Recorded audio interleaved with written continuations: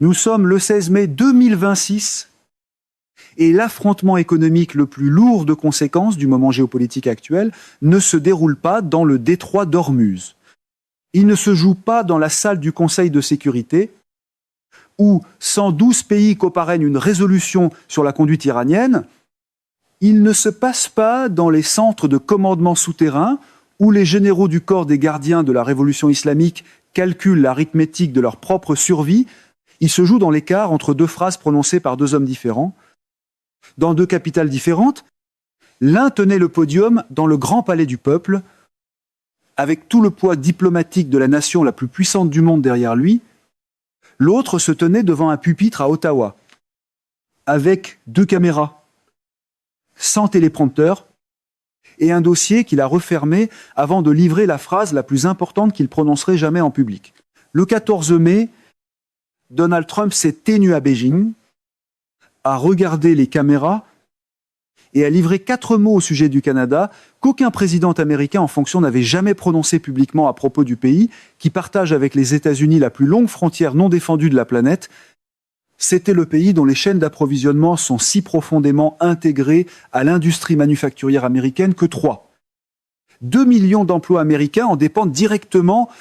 C'était le pays qui fournit 40 et 1% du total des importations américaines de pétrole brut, sans solution de remplacement viable dans un horizon de planification de 5 ans. Le message de Trump était que la bonne période du Canada était terminée. Pour Trump, apparemment, la gestion d'une alliance était devenue un bulletin météo, une phrase nuageuse, et un siècle de partenariat était censé faire ses valises. Puis Mark Carney s'est avancé vers un podium à Ottawa. Il est resté immobile un moment pendant que la salle tombait dans le silence. Il a regardé directement la caméra, sans notes, sans texte, et a livré 9 mots qui ont été repris en quelques heures par tous les grands réseaux sur 3 continents. Le Canada avait été mal lu. Et cette mauvaise lecture coûte très cher.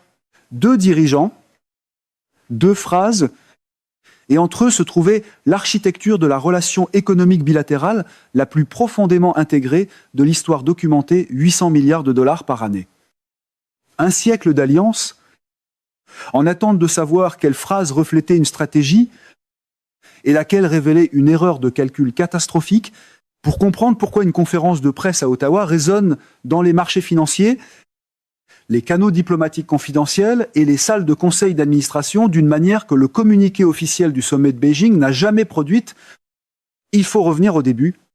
Il faut comprendre ce qui a été convenu à Beijing 3 semaines avant l'arrivée publique de Trump.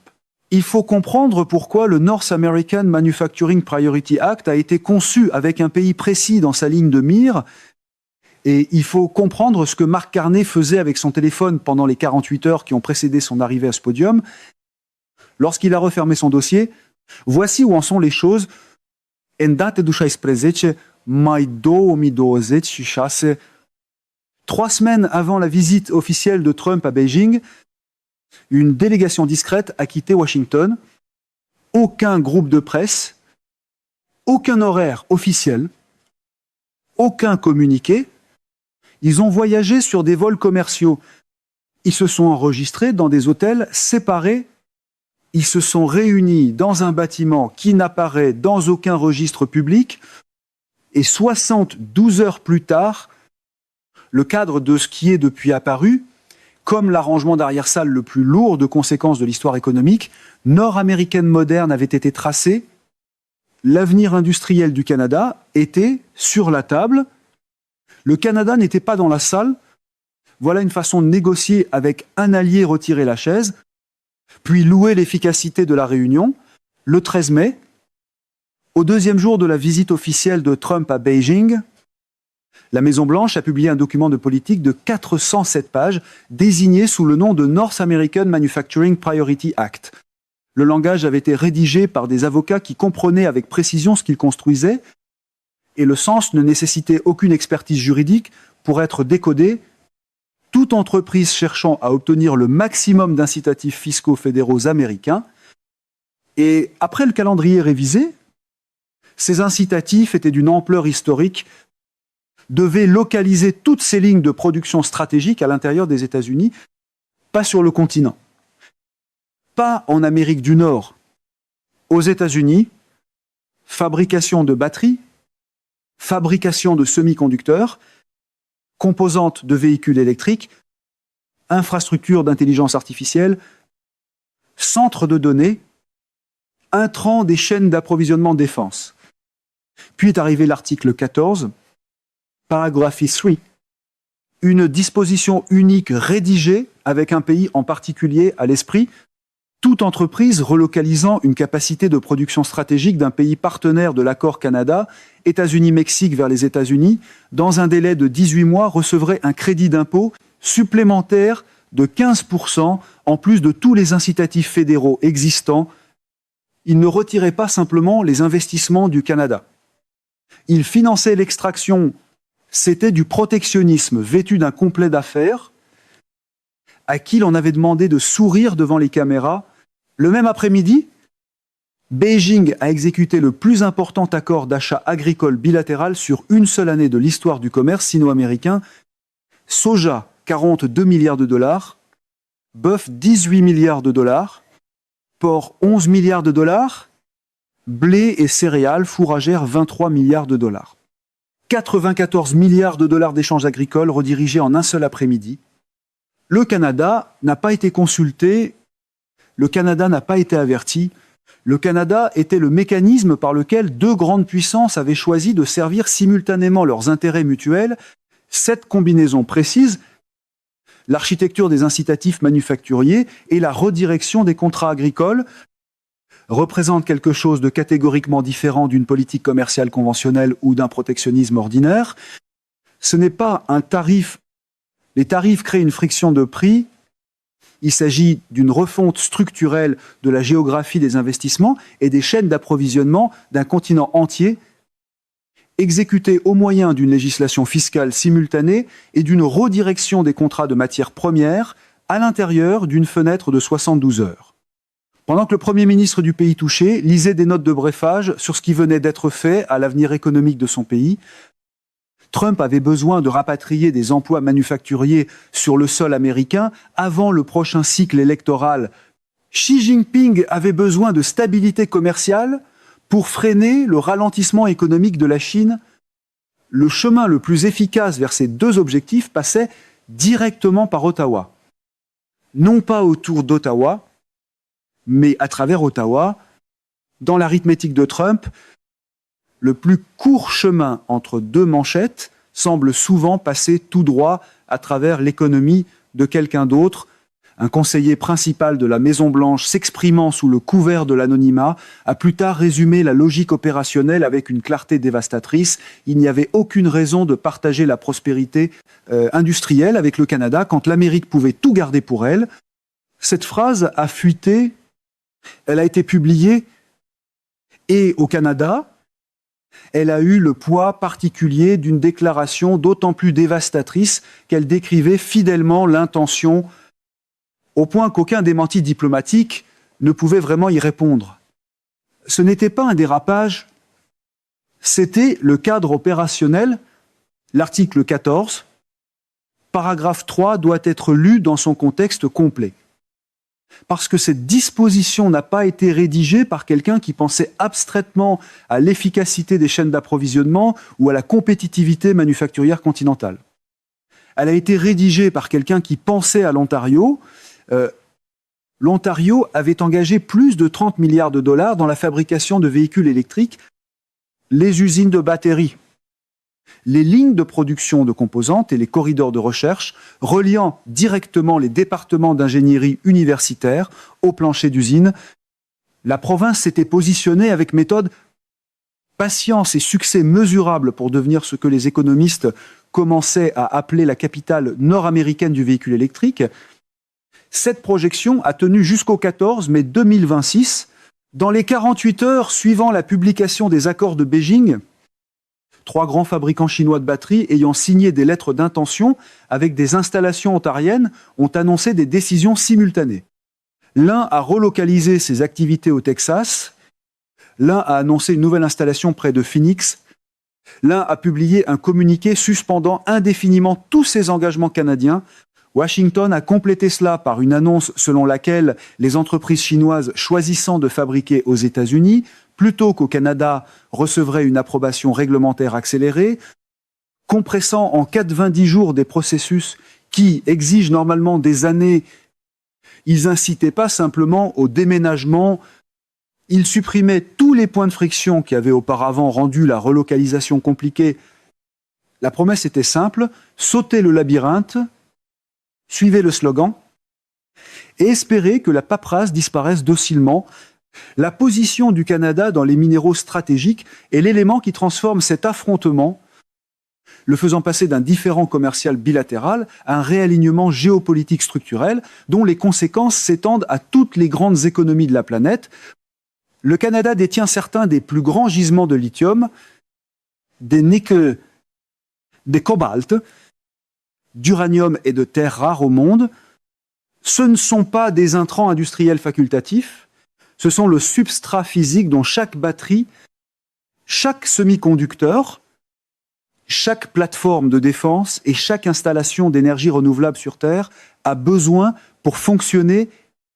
Il n'y a pas de véhicule électrique sans lithium, il n'y a pas de semi-conducteur avancé sans cobalt, il n'y a pas de système d'armement moderne sans les terres rares dont la chaîne d'approvisionnement mondiale est actuellement dominée par la Chine et dont la base d'approvisionnement alternative est dominée par le Canada et l'Australie. Pendant des décennies, cette dotation en ressources a été la police d'assurance stratégique silencieuse du Canada. Aucune grande puissance ne pouvait se permettre de simplement mettre de côté un pays assis sur une telle richesse en matière critique. Les accords de Beijing ont été conçus pour annuler cette assurance. Washington s'est engagé à accélérer de façon spectaculaire l'extraction intérieure de minéraux critiques, à faire avancer rapidement des permis bloqués depuis des années, à contourner les échéanciers d'examen environnemental, à orienter le Defense Production Act vers l'exploitation minière américaine à une échelle jamais vue depuis la Seconde Guerre mondiale.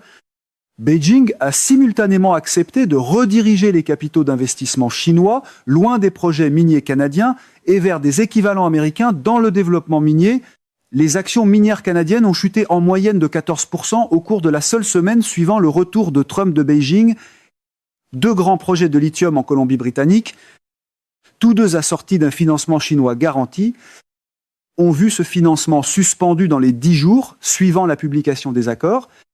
Une évaluation interne confidentielle transmise aux membres du cabinet canadien, obtenue plus tard par des journalistes d'enquête, résumait avec une clarté brutale tout le changement stratégique. Le Canada risquait de devenir un fournisseur de matières premières pendant que toute la production à valeur ajoutée migrait au sud de la frontière. Pas un partenaire dans la chaîne d'approvisionnement, une carrière. C'était l'argument de vente caché dans le langage de l'Alliance, garder les roches, Perdez les usines, et appeler ça de l'amitié. Marc Carney comptait ici, parce que comprendre précisément qui il est et ce qu'il a réellement exécuté dans les environnements financiers les plus tendus de l'époque moderne est essentiel pour comprendre pourquoi la caractérisation de Trump, qui le présentait comme faible et seulement bon à parler, relève exactement du type de mauvaise lecture que sa conférence de presse annonçait comme coûteuse. Carney a été gouverneur de la Banque du Canada. Il a guidé ce pays à travers la crise financière de 2008 avec plus de précision et moins de dommages institutionnels que toute économie avancée comparable à la même période. Il a ensuite été nommé gouverneur de la Banque d'Angleterre, le premier et seul citoyen non britannique de l'histoire vieille de 300 ans de cette institution à occuper ce poste. Il a passé 13 ans comme directeur général chez Goldman Sachs, a navigué dans les négociations financières les plus complexes que le secteur privé puisse produire. Son doctorat en économie vient d'Oxford. C'est pas un politicien qui a appris l'économie comme un instrument de politique publique. C'est un économiste qui a passé 3 décennies au sommet absolu du système financier mondial, à gérer des crises, à négocier avec des gouvernements et des institutions qui détenaient le levier structurel, et à apprendre dans ces salles que les contreparties les plus dangereuses ne sont jamais celles qui annoncent leurs intentions. Ce sont celles qui ont déjà agi avant que les autres ne s'en aperçoivent. Ils ne osent pas la voix en public. Il ne joue pas l'indignation, il se déplace avec le calme contrôlé de quelqu'un qui a passé sa carrière dans des salles où un seul mot mal placé coûte des milliards. Et qui a pleinement intégré que le négociateur ayant assimilé cette contrainte est celui dont le silence porte plus de force que la déclaration la plus bruyante de n'importe qui d'autre. Ce n'était pas le style d'une politique qui confond le volume avec le levier et les applaudissements avec l'exécution, le soir où les accords de Beijing sont devenus entièrement publics. Carney n'a pas convoqué de conférence de presse, il n'a rien publié sur les réseaux sociaux, il n'a pas appelé Washington, il s'est assis à son bureau et a lu chaque page du North American Manufacturing Priority Act, l'article 14, paragraphe 3, en entier. Chaque ligne de l'Agricultural Contract Framework. Des Critical Mineral Investment Redirection Provisions, 4 heures de lecture, puis 3 appels téléphoniques, non pas à Washington, non pas à Londres, mais à Tokyo, à Berlin, et à une 3e capitale qui n'a pas été identifiée publiquement 48 heures après que Air Force One a atterri à Joint Base Andrews. Mark Carney s'est avancé vers un podium à Ottawa. Des drapeaux à la feuille d'érable derrière lui, 2 caméras, aucun téléprompteur. Il est resté immobile un instant. La salle est devenue silencieuse. Le Canada n'était pas une monnaie d'échange. Il y a eu 3 secondes de silence et toutes les caméras sont restées fixées. Le Canada n'était pas une concession dans le cadre de quelqu'un d'autre. Le Canada n'était pas une ligne budgétaire négociée dans des salles où il n'avait pas été invité à s'asseoir.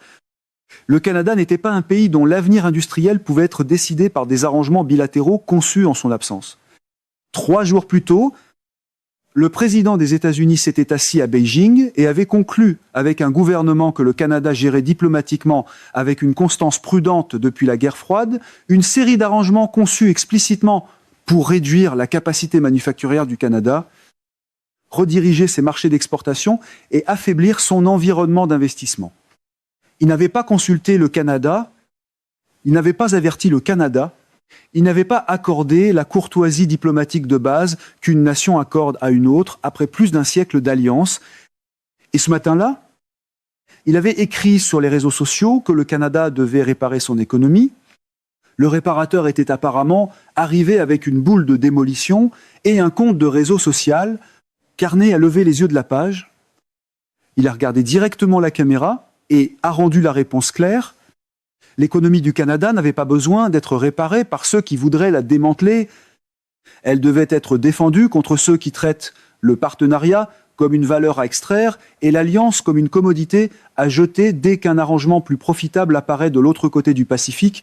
Il a refermé le dossier, il n'a pas détourné le regard. Pour quiconque croyait que le Canada absorberait cela en silence, que la patience était la même chose que la faiblesse, que la retenue était la même chose que la soumission. La réponse est venue après 3 secondes de silence absolu. Le Canada avait été mal lu et cette mauvaise lecture coûterait cher. Cette conférence de presse a été regardée 47 millions de fois dans les premières 24 heures. Pas parce qu'elle était dramatique. Les discours politiques deviennent viraux pour leur côté dramatique. Celui-ci ne l'était pas. Il était froid, précis, contrôlé. Il portait le calme d'un homme qui n'était pas en train de dire au monde ce qu'il avait l'intention de faire. Il disait au monde ce qu'il avait déjà fait. Les 47 millions de vues sont venues du fait que chaque personne qui la regardait, y compris celle à Washington qui ne voulait pas la regarder, comprenait qu'elle ne voyait pas une performance. Elle voyait un rapport. La réponse de Trump est arrivée le lendemain matin sur Truth Social, réduisant Carney à quelqu'un qui ne faisait que parler sans agir, qualifiant le Canada de désordre et rejetant les discours comme très faibles. Ce jugement venait de l'homme qui venait de restructurer en 72 heures la relation économique bilatérale la plus intégrée de l'histoire humaine, sans consulter le pays en train d'être restructuré. L'évaluation de faiblesse est arrivée avant que les 6 contre-mouvements ne deviennent pleinement visibles. Quand ils l'ont été, Cette évaluation a exigé une révision urgente. Rien ne dit autant la confiance stratégique que de déclarer victoire avant de vérifier si l'autre camp avait déjà déplacé l'échiquier. Les 6 mouvements simultanés que Carney a exécutés dans les 72 heures suivant les accords de Beijing constituent la réponse stratégique qui sera étudiée dans les programmes de diplomatie pendant une génération. Aucun n'a été annoncé comme un ensemble coordonné. Aucun n'a été présenté comme une mesure de représailles. Chacun a été présenté avec une précision délibérée comme un exercice ordinaire de politique économique souveraine canadienne. Ensemble, ils ont constitué le contre-positionnement économique le plus discipliné d'une puissance moyenne face à une superpuissance dans les archives diplomatiques modernes. Premier mouvement, le Canada a officiellement informé le représentant au commerce des États-Unis qu'il lançait un examen complet de conformité à l'accord Canada, États-Unis-Mexique, en signalant précisément les incitatifs de relocalisation de l'article 14 comme de possibles violations des dispositions de neutralité des investissements de l'accord. Pas une menace, un processus juridique calme, correct sur le plan procédural, et impossible à écarter parce qu'il invoque un accord international contraignant que les États-Unis eux-mêmes ont négocié, signé et cité à plusieurs reprises comme cadre régissant le commerce nord-américain. L'examen de conformité n'a aucune date de résolution prévue. Il va suivre son cours, il produira des conclusions, et ces conclusions auront un poids juridique qu'aucun démenti en conférence de presse ne pourra annuler. Le processus juridique est dérangeant de cette façon, il n'applaudit pas, il ne scande pas de slogan, et il ne disparaît pas parce qu'un podium le demande. Deuxième mouvement, le Canada a annoncé une expansion d'urgence de son autorité d'investissement dans les minéraux critiques, un nouveau fonds souverain capitalisé à hauteur de 40 milliards de dollars, structuré précisément pour remplacer les capitaux d'investissement chinois, redirigés loin des projets miniers canadiens. Des fonds souverains de cette capitalisation ne se matérialisent pas, pleinement structurés, 48 heures après l'événement déclencheur, à moins que l'architecture juridique, le mécanisme de financement et le mandat d'investissement aient déjà été préparés avant que cet événement ne survienne. Carney construisait cela depuis son appel à Tokyo.